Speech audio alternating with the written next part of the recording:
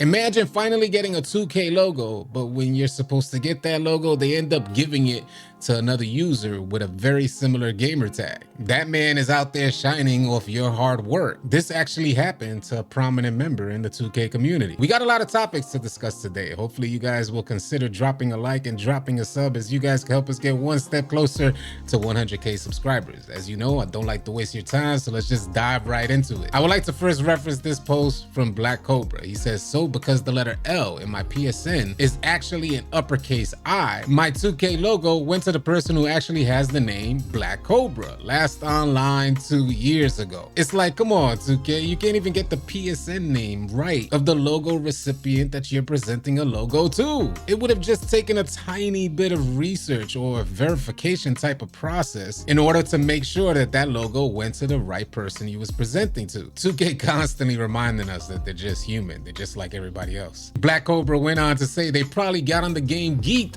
to see that logo, then cried in the car when it just up and disappeared. Now, there's been a ton of debate within the 2K community about which was the best or most fun 2Ks to have ever played. And a lot of players mentioned NBA 2K16. It was one of my personal favorite 2Ks. It was one of my legend runs. And when it comes to the fun factor, there's no other 2K that even comes close. That helps me segue into this next post that Swante ended up responding to from Black Cobra. Black Cobra put out this post saying, don't let people trick you. It's one of my favorite 2Ks too, but it was being torched while it was out. And he showcases a bunch of images from content creators' thumbnails that talk about how trash 2K16 was when it was actually out. The 2K community has a hell of a track record of calling the current iteration of the game completely trash when it's out, but let a couple years pass and it ends up becoming one of the best 2Ks of all time. Swante ended up responding to this post saying, you're actually trying to trick people and rewrite history by posting this.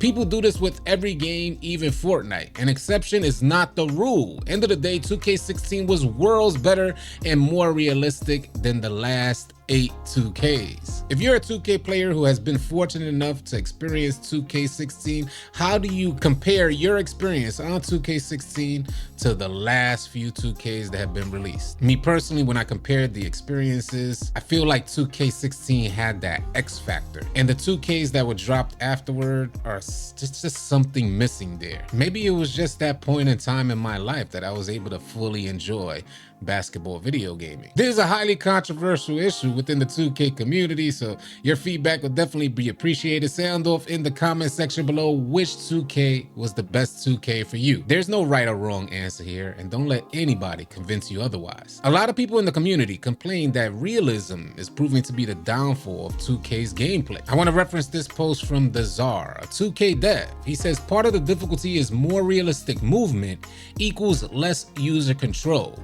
When we make it more realistic, users complain that the game feels stiff because you have to wait for foot plant or ball position to change directions. In a video game, control is king, which conflicts with realism. So do you guys like more realistic sports video gaming, or do you want to maintain that arcadey, stylish, fun type of gameplay? For the sake of realism, there's a lot of people out there who like the strategy of realism, and they find that fun. When you think of arcade style, you're thinking more of NBA Jam, just exaggerated type of animations, not so much realistic, but more times than not, way more fun, at least in my opinion. Dynework ended up responding saying, if you prefer this type of dribbling, then you prefer a lesser game. Simple. There's a joke. Did realism ruin the 2K experience? Yeah, sound off in the comment section below. And if any of you guys would like me to cover one of your posts in one of these videos, just at me on X. In this next segment, I want to talk about how have you guys been doing with your shooting. There's still a lot of players out there that are struggling to shoot the rock. Maybe you guys could post your shooting percentages in the comment section, but I would like to reference this post from Meant to Be Rich TV.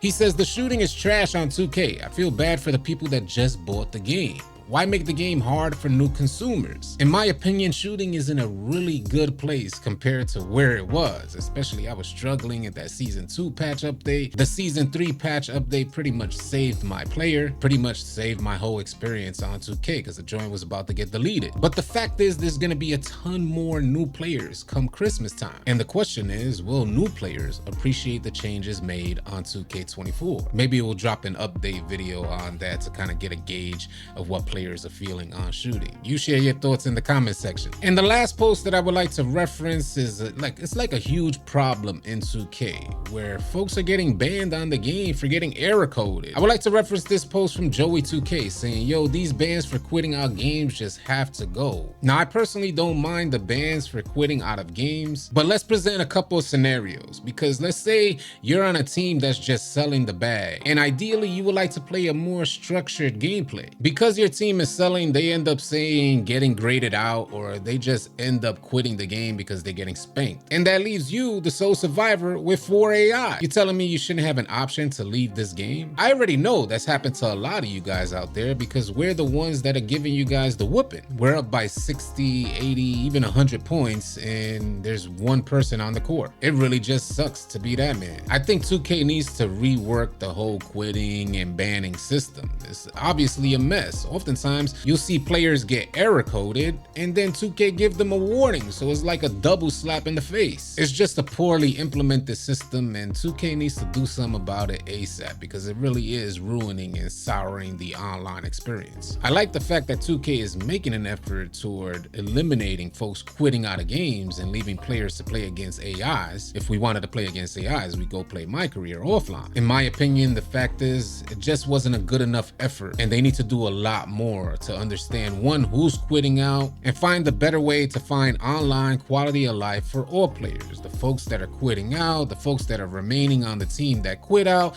and also the players on the other end who have to play against these AIs or play against one online person. For Christ's sakes, can we get some sort of like mercy rule that if we're up by 25, we're up by 50, the players that are winning should also have an option to kind of say, hey, we don't want to do this no more. If you guys liked any of those ideas, or you want to share your ideas, don't hesitate to post them in the comments section below. I will be going live a little later on today to talk some more about this stuff. Hopefully y'all can tune in. Y'all be sure to keep it locked. If you guys are tired of running with randoms and you're looking for players to run with on NBA 2K, come on out and join our Discord. We'd love to have you. The link for Discord will be in the description below. I want to thank you guys so much for tuning in, and y'all be sure to keep it locked right here at AllCity Live TV, because we got a bunch more NBA 2K24 news, information, and updates coming your way. Drop a like and drop a sub on your way out. I'll catch you guys on the next video or live stream.